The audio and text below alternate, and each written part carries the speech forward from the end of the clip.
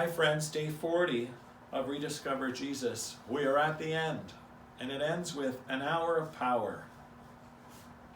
Matthew suggests that we learn more in an hour of silence than a year from books. What an interesting statement. Let me ask you all a question. How many of you actually thought that you would do this every day and get to the end as we are today?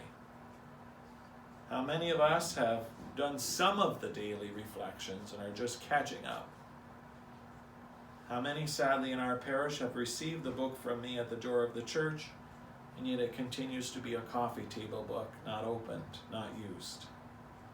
I say this not as a judgment, but it really talks about this commitment. And those of you that have journeyed with me through these 40 days, that's the beauty of Lent. This commitment to change, to be transformed, to be renewed. And the way we do that is by spending time with He who is the source of life.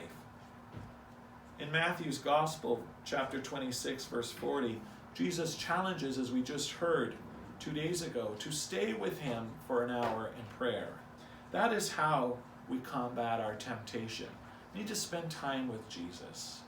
Just as Matthew used the analogy last week of the fire, and the closer we stay to the fire, the warmth is felt in our bones. But if we go far from the fire, then we're going to feel the chill of the night, so to speak.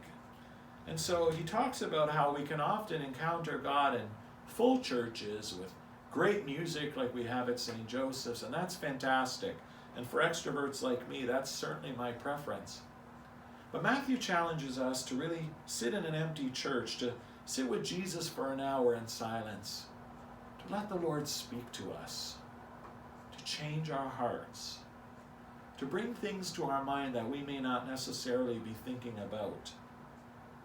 It's certainly going to make us uncomfortable at first.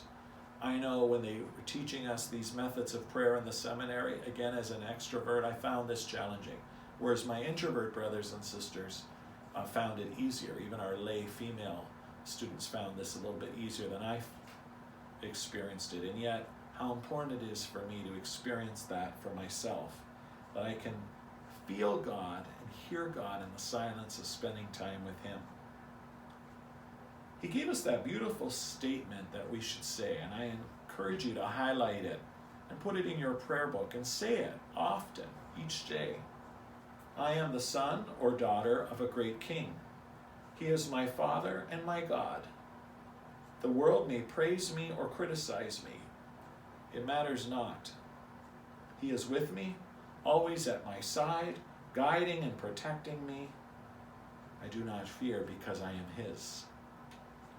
Sounds a lot like Psalm 23, doesn't it? Psalm 23 is about living, not dying, though it's often chosen at funerals.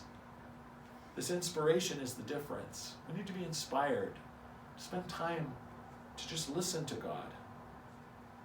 In our parish, friends, our church is generally open from 9 in the morning till often sometimes 7 or 8 at night, depending on the night.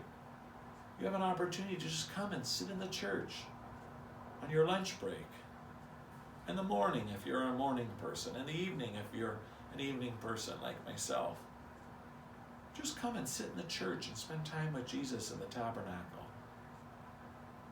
Just let Him speak to your heart. Allow God to inspire you and fill you with this power. He wants to send you to go out and inspire others too. But we're caught up in our busyness of our life. Sometimes we just fail to sit with God, to bask in the radiance of His glory. Who are you going to inspire today? Happy Easter, friends. May God bless you in this journey now through the Easter season, that we are filled with God's joy.